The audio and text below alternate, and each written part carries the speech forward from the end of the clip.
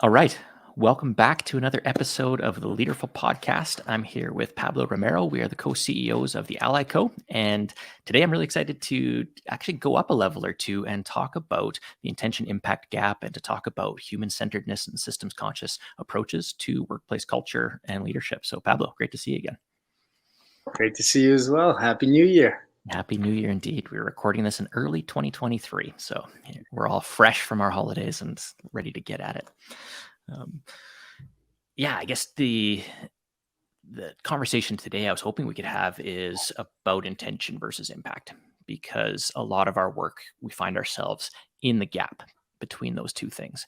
We work with leaders and teams who really want to create positive change or transformation within their teams and for their community and their people, and impacts that sometimes are misaligned with that. Sometimes they're neutral or in the other direction. Sometimes they're negative impacts when the intention was positive. And so at a high level, that's where we do a lot of our work. And so I thought maybe we should start there. We should start with, what is intention? What do we mean by impact? What happens inside of that gap? What are some of the things that we see happening inside of that gap? So maybe I'll turn it over to you to start, and you can kind of start with any of those and maybe just offer some definitions or some thinking on each of those.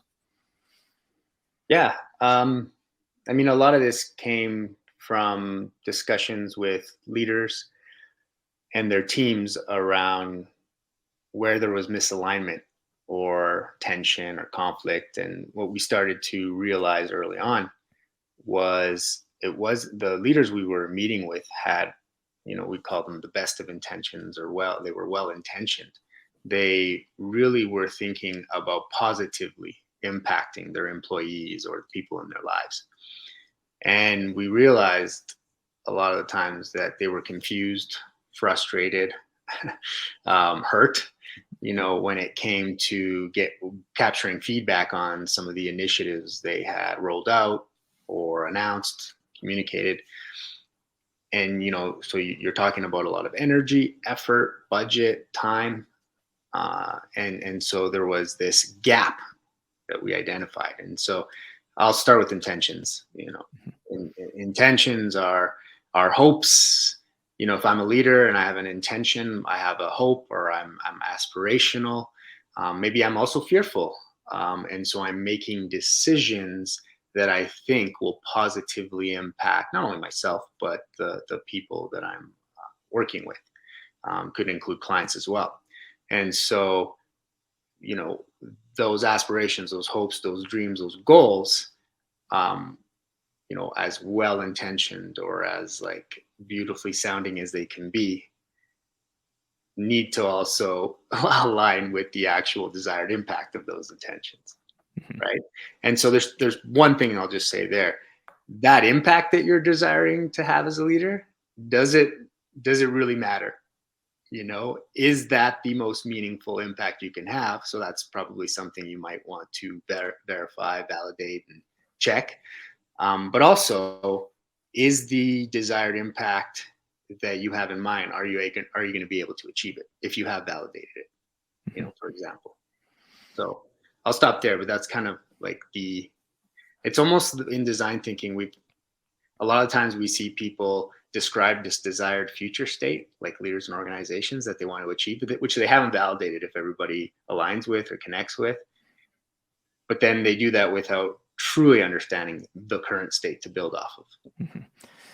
Yeah, I think that's, you mentioned hopes and fears, and that's typically where I go with intentions, is that those intentions, those things that we want to create in the world, or the experience we want people to have, or our own experience, is really driven by one of those two things, right? We call it at risk and at stake, right? And the intention sometimes when we're at risk is to alleviate the fear that we've got about something. It might be burnout in our organizations, and it might be employee like quiet quitting or resignations or attrition, like all the things that are kind of on the front page of our LinkedIn news feed most of the time. Those are driving our efforts, right? And we're setting intentions to, like you said, positively impact that or protect ourselves or the organization. And you're right. I think that the gap exists in large part due to misalignment between what the leader's perception of what's meaningful or important is and the employees, right? Or the organization and the community or the clients that they serve. Those types of things, those misalignments, I think, in perspective, really drive a lot of that gap. And inside of that gap, we see all kinds of problems emerge. And we've identified 6 in our transformational impact model.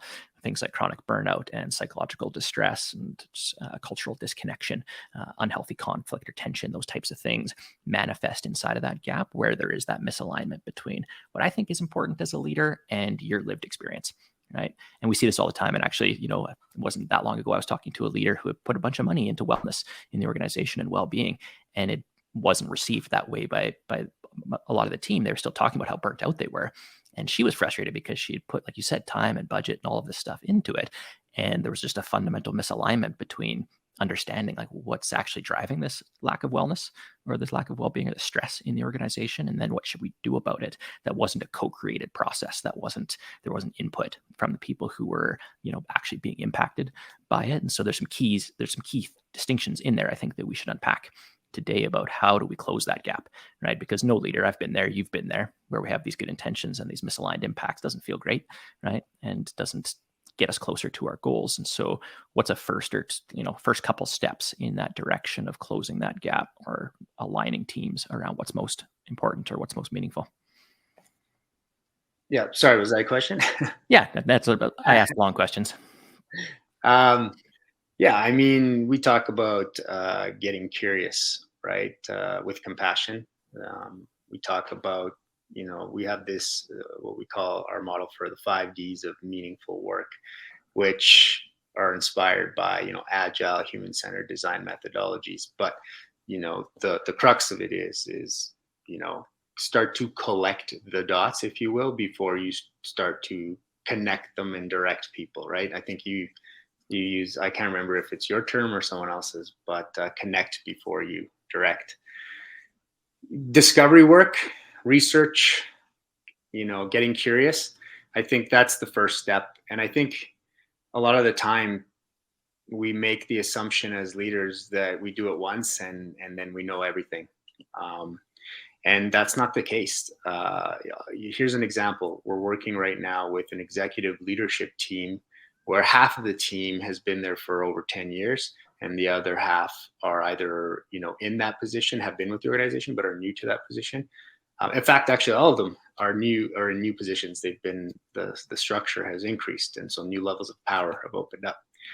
And what we realize is you can come in as leaders and make these changes, say we're going to do things this way because we care about this, but without realizing the legacy of that culture and what people have been used to. Your intention is to create this change, but you haven't brought people along on that journey. You haven't built the trust or showed them the strategy you have for transforming this tradition, this culture you used to have. And so I think the discovery work, by doing that meaningfully, allows you to co-create, like you were saying, and bring along the people you're trying to impact through that journey so they can see the reason for that change, the authenticity of that change, to help you change, right? And realize the power that you sit in. And I guess that's why we say this type of work, all roads lead to power and leadership. Mm-hmm. So just to tie it back to your question, what can you start to do? I think always look at, have I done enough discovery? Mm-hmm. In order to make informed decisions, in order to ensure that we all have the same definition or articulation of the problems. We call them problems, but they're really meaningful opportunities, so that we can then move into designing meaningful work. Mm-hmm.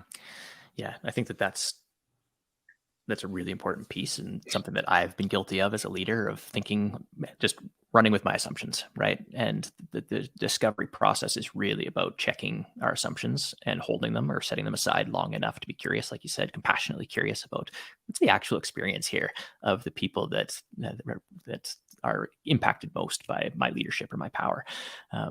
So discovery, hugely important. I also think that there's something around intentions. Intentions get a little bit of a bad rap sometimes, whereas people, there's, especially in the accountability space, when we're talking about accountability, there's this kind of mantra that I've heard before, and I've probably said it myself before, whereas like intentions don't actually matter. It's your impact that matters. That's a bit of a right use of power framing.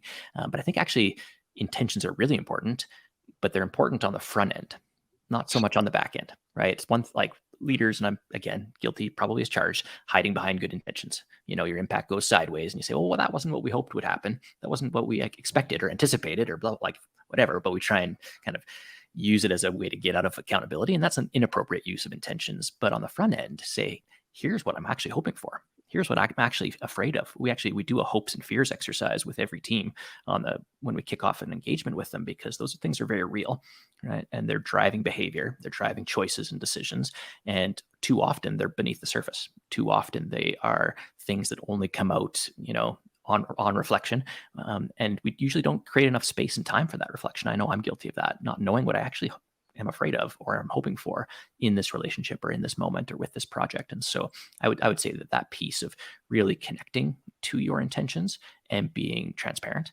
with those intentions, those hopes and fears, is a great first step for a lot of leaders, at least at the leadership level, to be aligned internally about what they're hoping for and what might be getting in the way.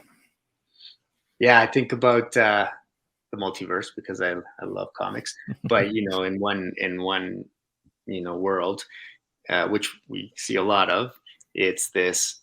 Oh, that's how you felt, or that's what you experienced. Oh, that totally wasn't my intention. My intention was this. It's like, okay, well, that's happened here at the end. Now what? You can still move from there, but imagine there's another world where up front, like you were saying, we've been very clear about our intentions and why this matters, and we can actually start to capture specific and meaningful feedback, around those intentions and make sure everybody understands. And then as we are going through the campaign, the initiative, the project, we can capture feedback to say, hey, are we still moving forward with this, so that we don't have to wait for, what a typical project, 3 to 6 months, even longer, to figure all that out, that we've missed the mark, right? Or that we've completed a project that is no longer meaningful.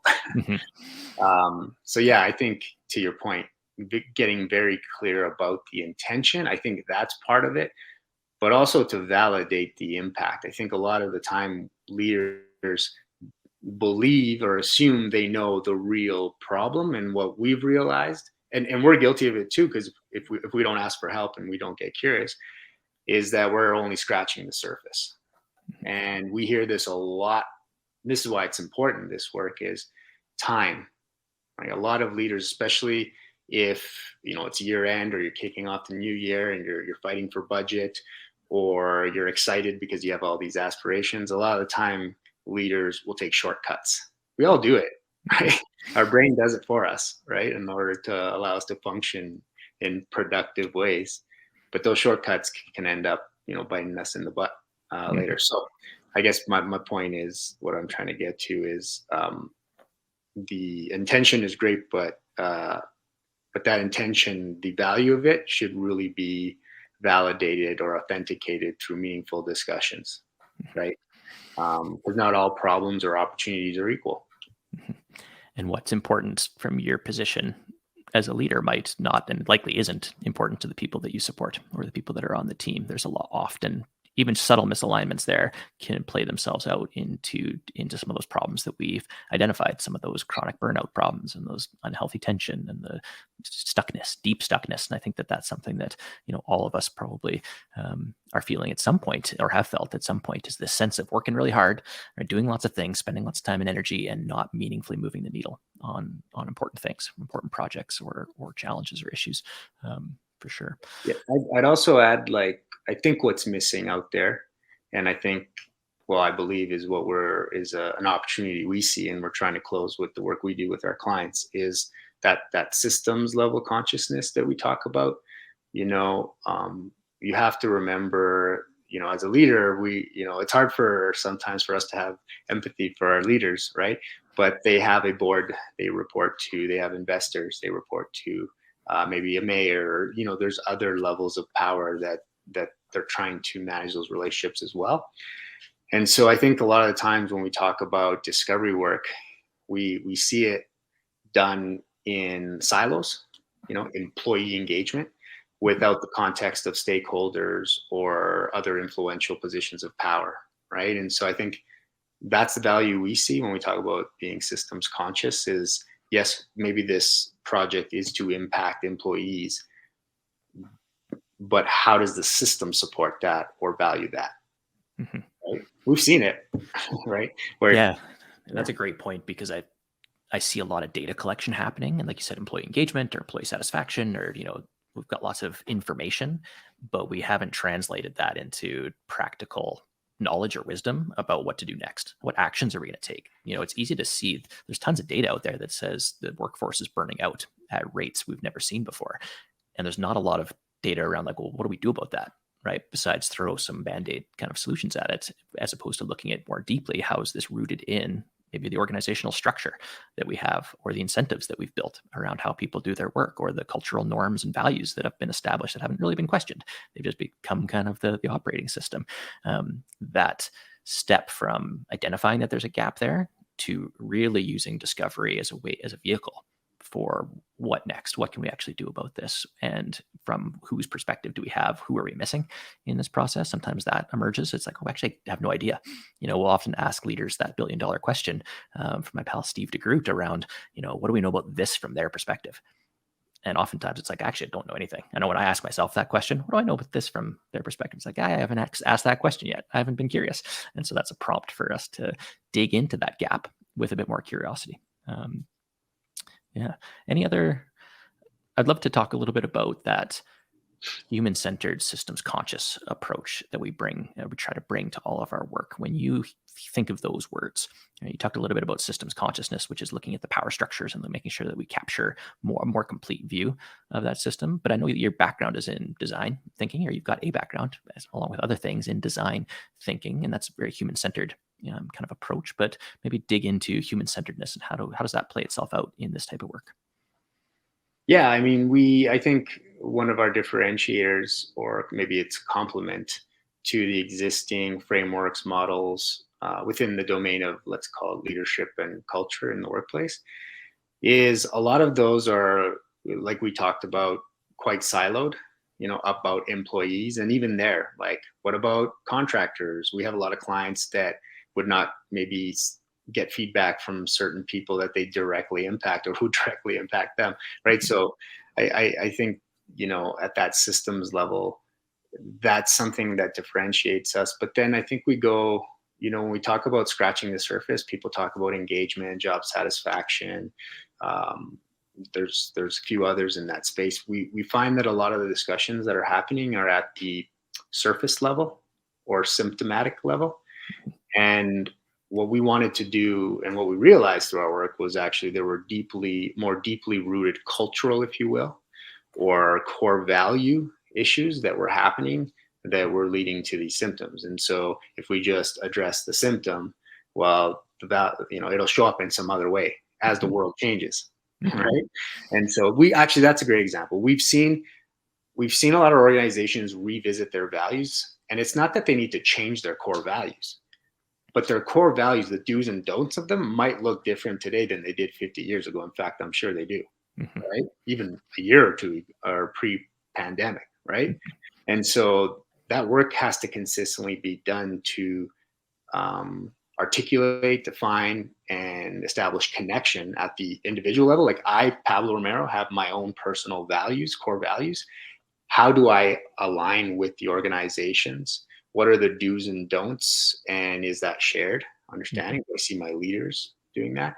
Then there's our team. If you are in an organization that espouses autonomy, doesn't mean that and we see subcultures, and those are great, but there still needs to be alignment and connection to the greater direction and the core values. And so I personally don't think um, there's a lot of work being done to go to those deeper levels, and that's what we're trying to do. And so I would say that's the big differentiator, is that relational, deeper rooted, conversations to get to those things.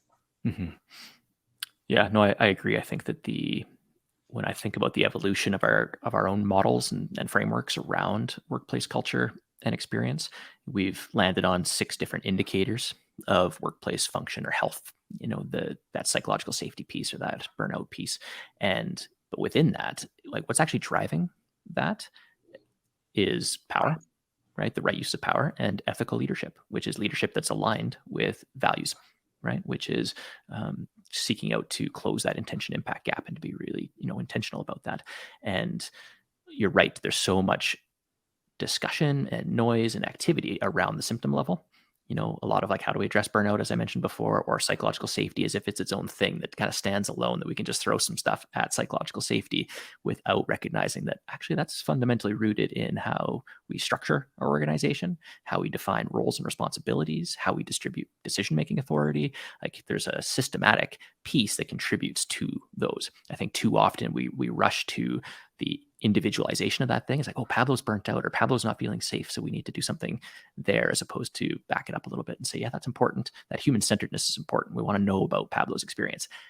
And there are some various system-driven factors that contribute to that, right? And to hold both of those things and to address both of those gets us further along. We make more meaningful impact. Speaking of intention impact, right? When we're able to hold the intention as practitioners, so you and I, when we go into a system, to be able to hold that bigger picture and not get drawn into the loudest or the noisiest or the most recent or whatever, is kind of clamoring for attention in that moment, to be able to hold all of those things and see how interconnected they are, I think really helps teams and leaders make some of those shifts in how they work together and how they define the work they do. And you said core values, absolutely a core piece of that. So that's where my head's at anyway, is kind of that ability to step back and hold the bigger picture when you do the work.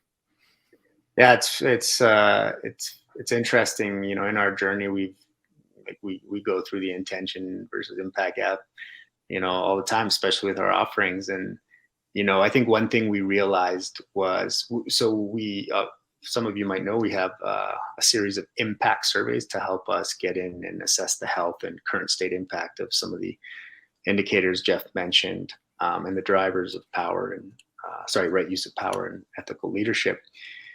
What's been a great exercise to really cultivate awareness and skill through the process as well, and to identify if people are actual leaders, especially, are willing to do the work, right, to transform, to change, has been to collect the feedback, right, in the form of rating systems, open commenting, and to see how each leader or individual interprets that data, right? How do they infer, make decisions, assumptions, and so forth? And I think it's been a powerful exercise for us to raise awareness around people's power.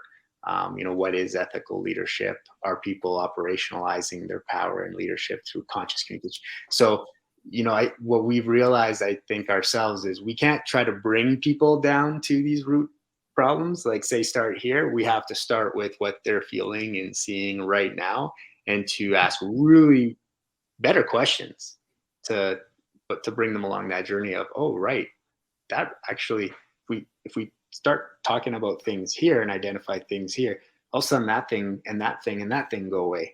Mm-hmm. So we didn't have to launch 3 projects, So I'm oversimplifying here, right?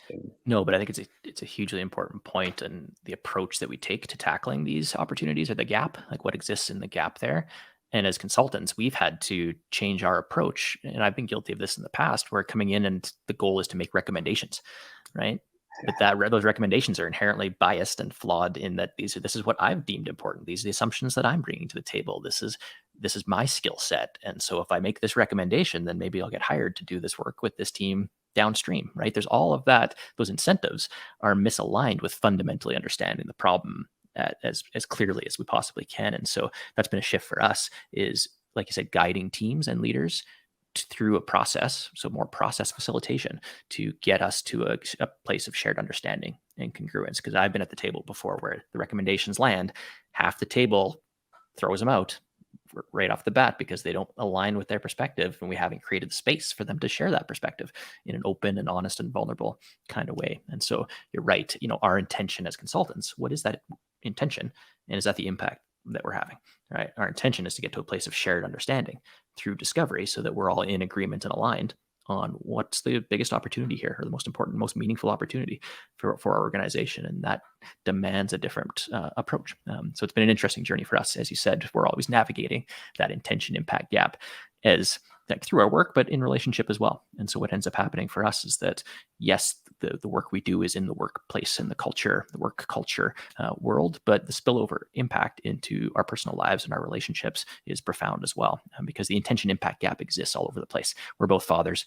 I can point to decisions and things that have happened in the last day or two. That's like, oh, that impact that I had was misaligned with that intention. And so I think it's something that I know I'm always trying to be more conscious of and more mindful about in my practice and in the different roles that I carry. And I know that you live that as well. So yeah, hopefully the listeners got some value out of this conversation. And if anything, that compassionate curiosity, collect the dots before we start to connect the dots. I think that's really important. That connection before direction is something that we talk about a lot here. And that's really what helps us close that intention impact gap, right? Is that ability to sit in that gap and sit in that space and get the feedback that we might be misaligned and slow it down a little bit and kind of focus and get to a place of shared understanding, I think is really important. So yeah, any final thoughts or Yeah, I'd say for anybody listening right now who is in a position of power to, make decisions, allocate budget, assign roles,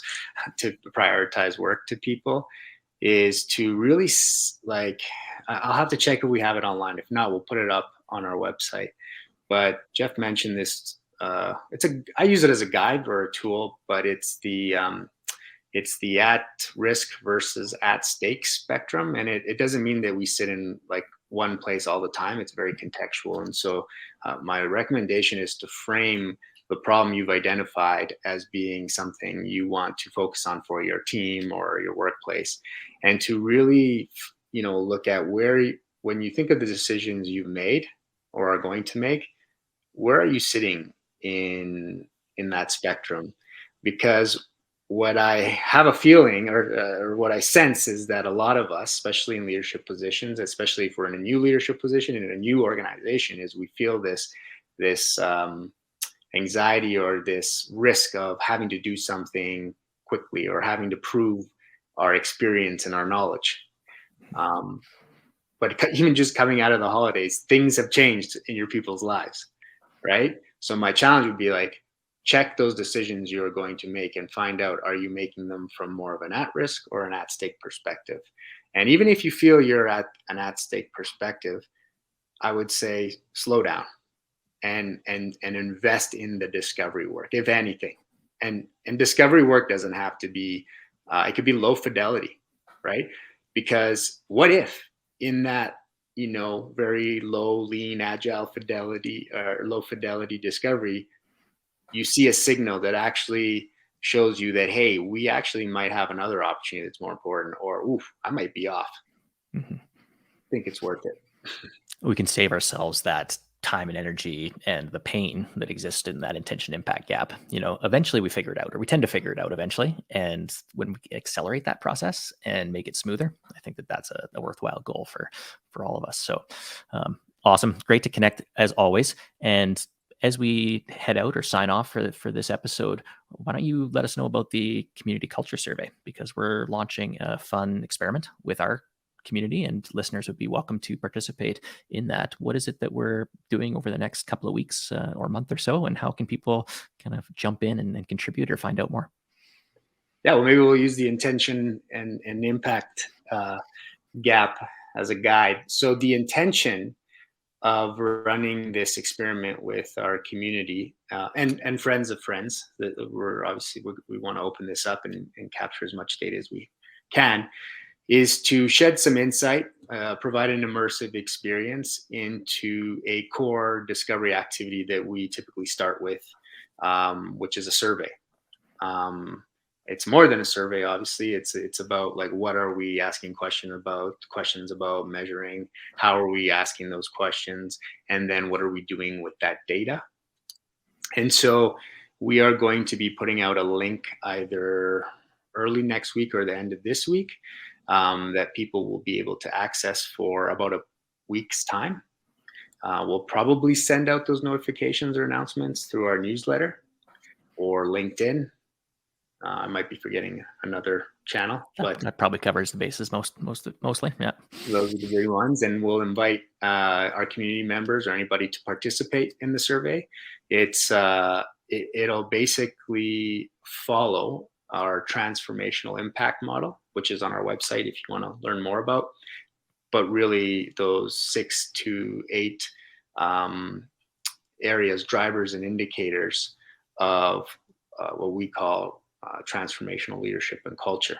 Okay, so it'll be two sections. One section will be basically scoring statements or responding to statements from 1 to 5. It's a Likert rating scale, and then each section will have open commenting, and that's where we love to do a little bit of like we're trying to improve in the areas of sentiment analysis, text analytics. So the more people can tell us in those sections, the more rich that story is, and the more curious, like the better questions we can ask about it.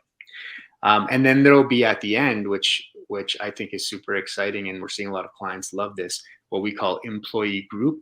It's an optional employee group questionnaire.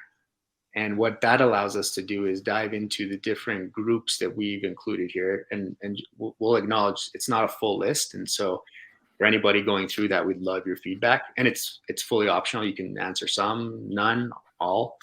But that just allows us to look at data through the lens of different people and groups. And I don't know how deep we'll get, knowing this is a community project, but you'll get some insight into like what we possibly do with our clients, how we move from discovery, the types of activities within discovery, to getting us to define problems.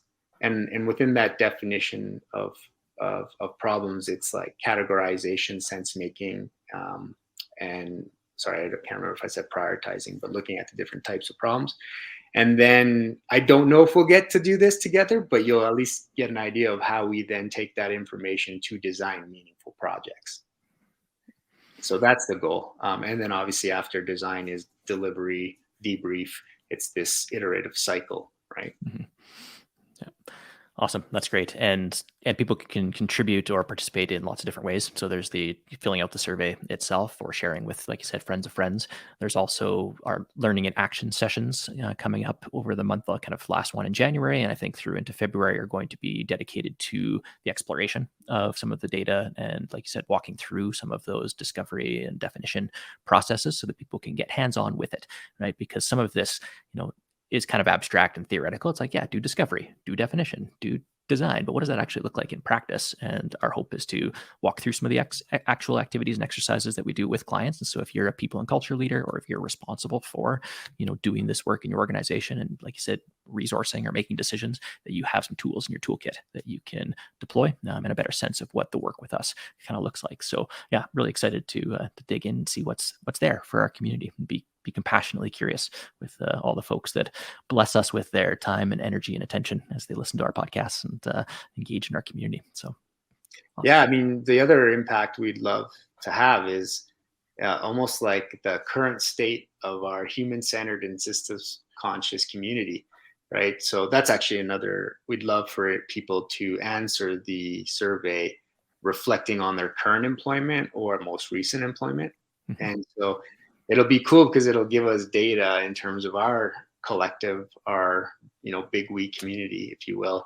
And who knows, maybe that starts to create connections, and it actually will help us to inform what should we be talking about, because a lot of us are experiencing this right now. Mm-hmm. So. Awesome. Well, until the next time we sit down to chat leaderful things and human-centered systems consciousness, thank you for listening. And jump in and contribute to the community culture survey if that grabs you. And otherwise, we'll see you next week.